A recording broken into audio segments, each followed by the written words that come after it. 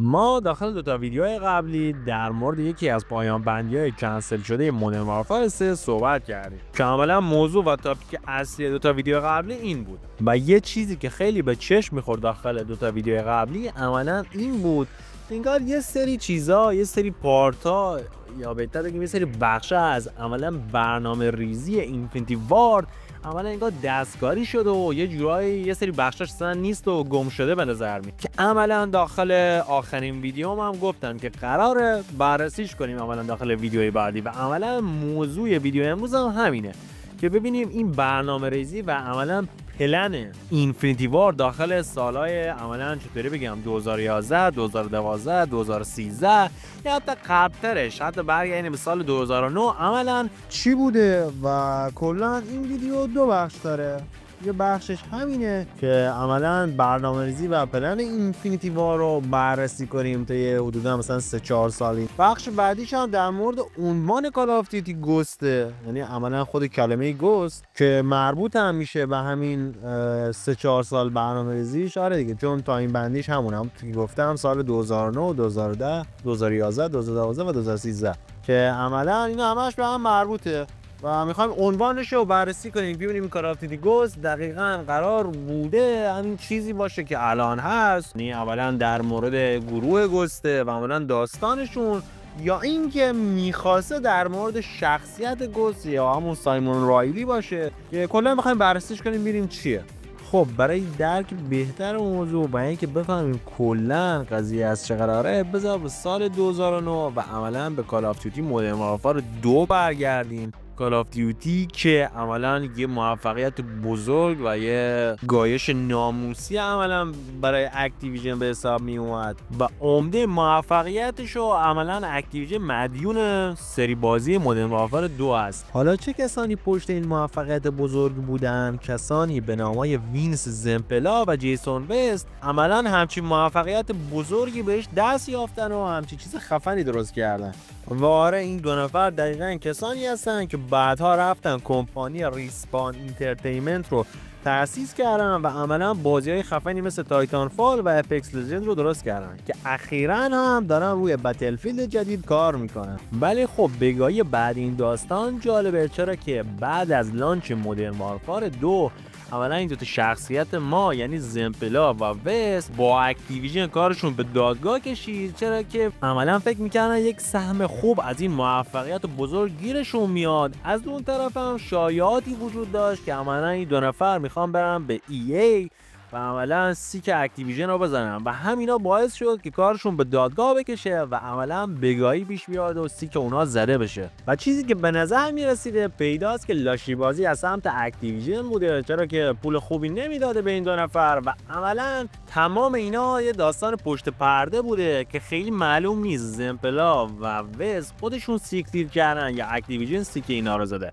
و همونطورم که قبل گفتیم در آخر این دو نفر رفتن به EA پیوستن و بهتره که کلا اینطوری بگیم همه چیز برای مودرن وارفار 2 خوب پیش رفت و عملا از چون آورد که این بازی بگاه نرفت. ولی کن برای این مودرن وارفار 3 همچین داستانی نبود، چون با رفتن زمپلا و وست عملا چند تا آدم دیگه هم پا اینا رفتن و عملا داخل ساخت مودرن وارفار 3 به مشکل برخوردن که مجبور شدن یک کمپانی دیگه به نام اسلج همه رو بیارن کمک خودشون. و بعد این همه بگاهی اونا دقیقا نمیدونستن که گیم بعدیشون قراره چی باشه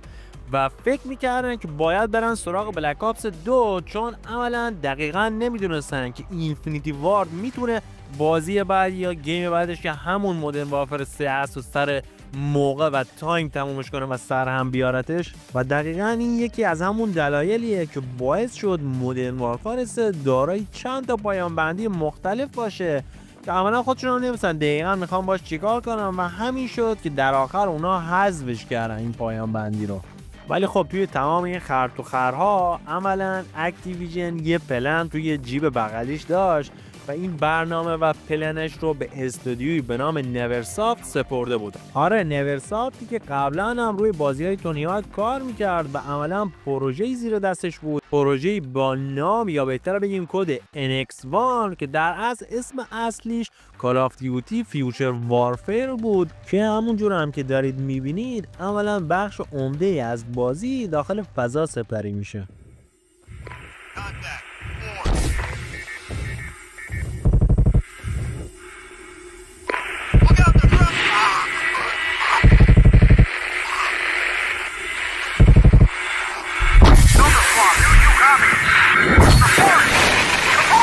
این بازی تایملاینش عملا 50 سال جلوتر از زمان حال ما بود و بخش عمده ای از مراحلش داخل بیس فضا و عملا ماه بود و عملا یه بازی کوسشر هم نبود که همینطور سر دستی اکتیویژن درستش کنه. در واقع این بازی کلن یا بهتر بگیم حدود 90% تکمیل بوده که عملا از سال 2011 تا سال 2012 داشتن روش کار میکنن و ساختنش و عملا داستان و کمپینش کامل بوده. و حالا اگه یه خورده کال آف باز باشین عملا شباهت این مراحل داخل فضا رو داخل یکی دیگه از ورژن های کال آف دیوتی دیدین، دقیقاً یعنی کال آف دیوتی گوست.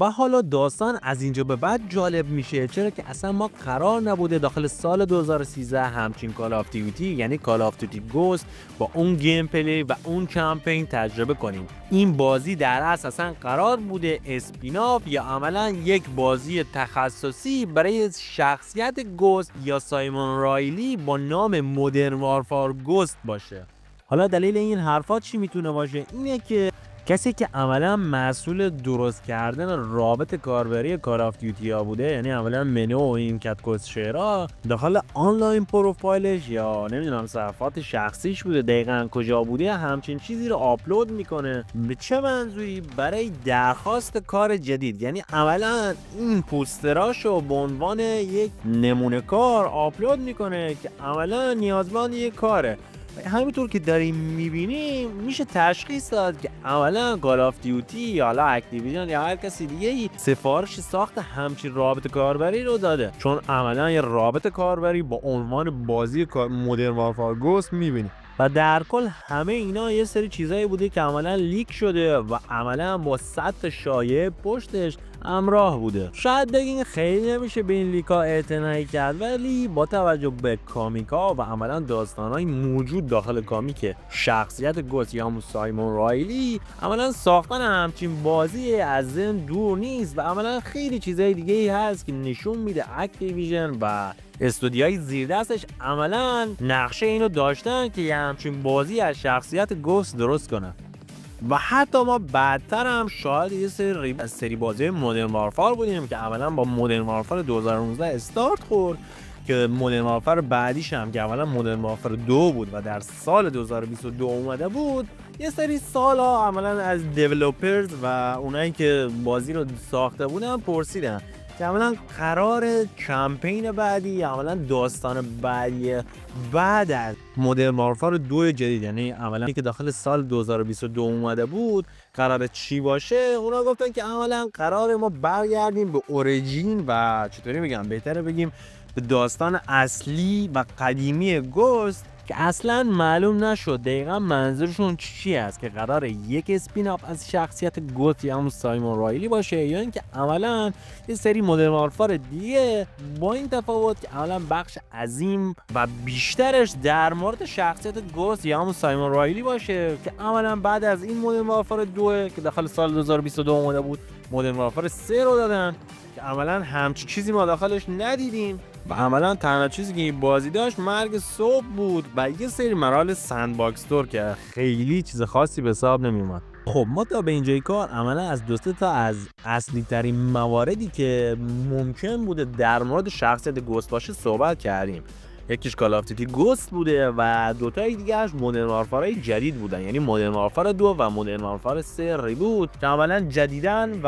اخیراً منتشر شدن. حالا موارد بعدی چیه که عملا روزانه و امید به ما میدادن که عملا قراره یه داستانی از شخصیت گوست به ما داده بشه. عملا یکیش مودرن وارفار 2019 هستش که عملا با آوردن اسکینای مختلف از گوست و نشون دادن یه سری تریلرهای مختلف برای هر سیزن و آپدیت جدیدش برای وارزون، عملا یه سری داستان و یه سری بک استوری به ما از شخصیت گوست میاد که امکان داره شخصیت یه چیزی ازش درست بشه.